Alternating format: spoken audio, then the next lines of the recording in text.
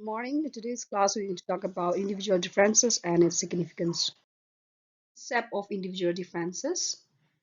The concept of individual differences is fundamental, or we can say it's a central or a principle in any progressive system of education.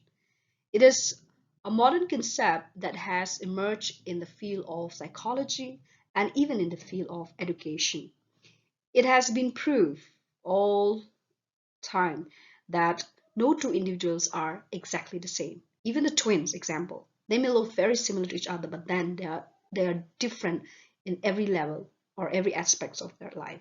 For example, in the levels of intelligence, aptitude, attitudes, physical features, and so on, they are still different, right? Even if you look at them, you will be able to distinguish that okay, this person is more smart than the other twins, right? So they differ in physical, emotional, social, and personality characteristic also. So individual differences is so important in the field of education because the teachers need to understand students based on their individual differences. Let's talk about the dimensions of individual differences.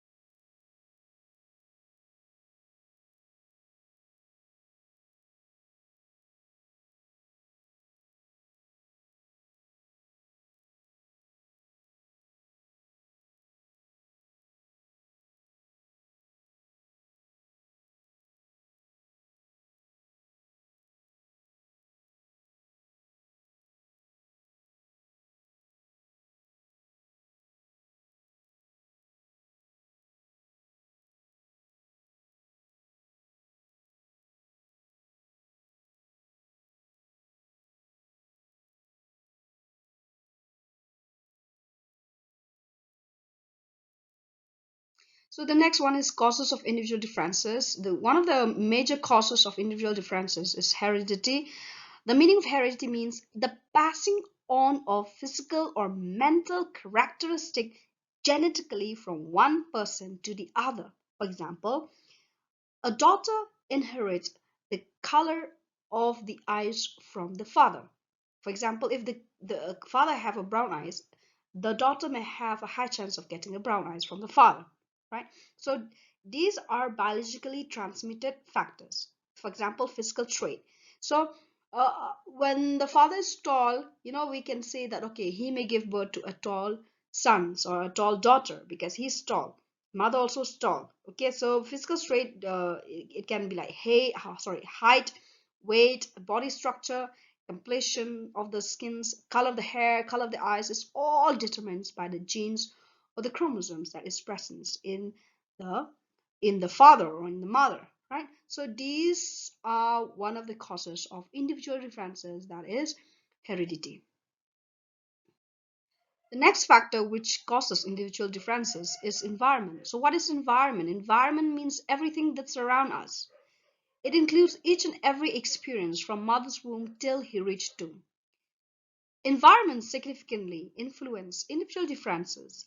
Changes in child's environment can reflect in the changes in his personality.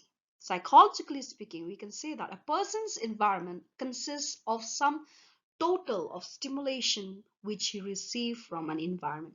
So we can say that if a child is kind, had a positive attitude towards person, things, that means it shows or it reflects that he comes from a very good environment or a very good family, a very good society, very good peer group, right? But then if a child is unkind, ungenerous, or do not shows a good attitudes to things, it shows that he comes from a very bad company and so on. So it's very important for the teacher or for the guide or for the coach to see that the child's um, should be influenced by the good peer group, by the good environment. He needs to be surrounded by a good positive vibe people so that they will be able to live their life accordingly, right? And this is one of the another cause of individual differences, that is environment. So it's very important to live in a good environment. Now let's see the significance of individual differences. Why individual differences is so important. The other meaning of significance is important. Why do people need to study about individual differences? Why they need to know about the concept of individual differences? Especially for teachers in school, college, and university, they need to understand the concept of individual differences before they go and teach, I would say, right? Correct me if I'm wrong. See, teachers in school may have expected the same results or the same outcome from the students, right? So for example, when the teacher write ABCD, so she expect that all students should copy exactly what she's written in the blackboard, right? And maybe one or two may copy exactly the teacher wrote in the blackboard, but not all students can copy exactly what the teacher does, right? So in this way, the teacher might get a wrong interpretation in this, like, okay, this person may be very lazy, he doesn't he doesn't follow what I wrote in the blackboard, I need to give a low marks for him, and so on, right? So actually, the teachers needs to know that the students may not follow exactly what you teach or what you write in the blackboards, right? Every students have different uh, view on what they see and what they heard from the teachers. So therefore, teachers needs to understand why some students are very slow in copying, or maybe very slow in understanding what you explain.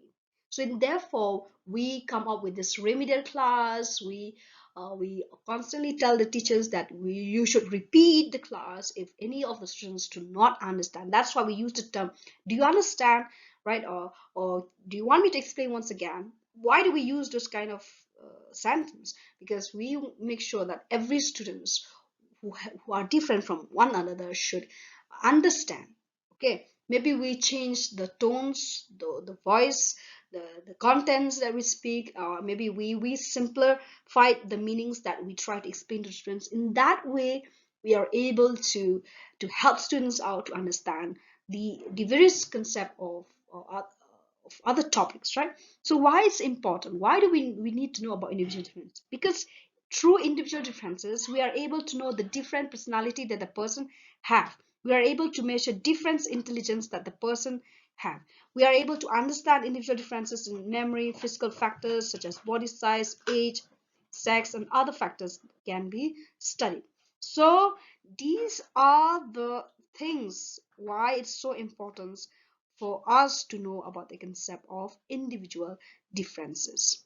Okay, in this way it's very important for us to understand about individual differences, because individual differences, it give us, oh, it's like a guideline for us to know the person, right?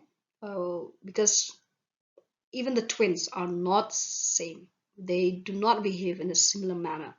One may be very curious, one may not be very curious. So in this way, we need to understand, or we need to understand the importance of individual differences. See, once you know about individual differences and its significance, you will be able to measure the intelligence of the people from one person to the other. You will be able to identify special aptitudes that a person carry with them, right? When we say about aptitude, means the skills the person have. There will be person very good with driving skill, writing skill, listening skills, teaching skills. There are so many type of skills, right?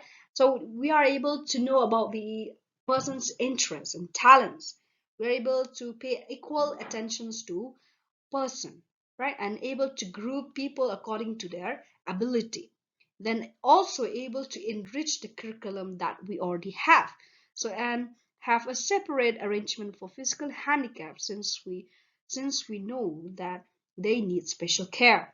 Provision for the social disadvantaged children, and adoption of modern individual methods of teaching is very important for the teachers to enrich their methods of teachings, to improve their methods of teaching, especially once they know about the concepts of individual differences.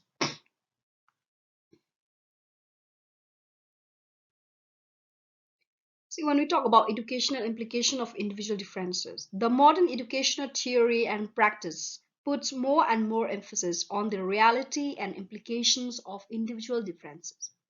The traditional practice of education and teaching took all children to be more or less alike. Consequently, mass system or class system of teaching was considered to be the ideal system. No attention was paid to the individuality of the child. In fact, the concept of individual differences has come to the forefront by the introduction of psychology. Pastology was mainly responsible for psychologizing education and consequently giving increasing importance to the individual differences. Froebels and Madame Montessori also emphasized the fact of individual differences, and consequently it was strong advocated that individual methods of teaching should be adopted, or at least individual attention must be paid to the pupils in the class, which means that their peculiar problems and difficulties in learning must be attended to. See, when we talk about educational implication, so after knowing the importance of individual differences, the dimensions, the factors, and so on, it's very important to adopt teaching methods which attends to individual needs, I would say, right? Every student, especially now with the growth of population, as we know that India is the second largest population country in the world. So in the classroom now, before we used to see them around 20 or 30. Now in one classroom there are around 70 or even 100 students in one classroom. So it will be very difficult for a one's teacher to attend to each and every needs of the students. So I think this would be another major hurdles for a teacher to single-handed 100 students or in the classroom. But then still, we would suggest teachers to adopt different kind of a teaching methods which would help students to understands in a proper way whenever they taught or whenever they teach a lesson, right? I'm pretty sure it must be a very difficult task for them. But then still, knowing about individual differences can help teachers to at least pay attentions to the people in the class, which means that uh, peculiar problems and difficulty in learning must be attended to. Suppose if there are some students out of 100 students, who 20 students maybe, who still do not understand, that means the teachers can uh, have a remedial class or a special class for those students who are unable to understand your classes in one shot, right? So in this way, it's very important that teachers take this matter into consideration so that every student benefits from his or her class. So on the basis of this, the following educational implication may be drawn. Individual methods of teaching may be adopted. Individual attention should be paid. Individuals differ in their interests and abilities. As there are marked differences in intelligence of the people, the teacher cannot expect all of them to make progress in studies at equal pace. Individuals differ widely in their potentialities, capabilities, aptitude, interests, etc. So based on this, we can say that educational implication should be taken, right? And individual methods of teaching should be adopted, as I already said. But it is difficult for teachers nowadays who have to attend 100 students in a class. And as you already witnesses, right now, even you people here, you are not 20 students, you're around 80, almost reaching 100 students. So it will be very difficult for us to adhere to each and every needs of the students. But we will try our level best to make sure that all of you, each one of you, gets what you want and helps you out to understand what we are trying to explain to you. Okay? So these are all about individual differences. So now we have come to the conclusions. We can conclude that there are vast individual differences in the people which must be recognized by the teacher concerns and educationists, and provision should be made as far as possible to cater to the needs of the individuals and requirements so that they may be benefited properly from the school, okay, by the educational procedures and process adopted by the school. So this I would like to say thank you for listening.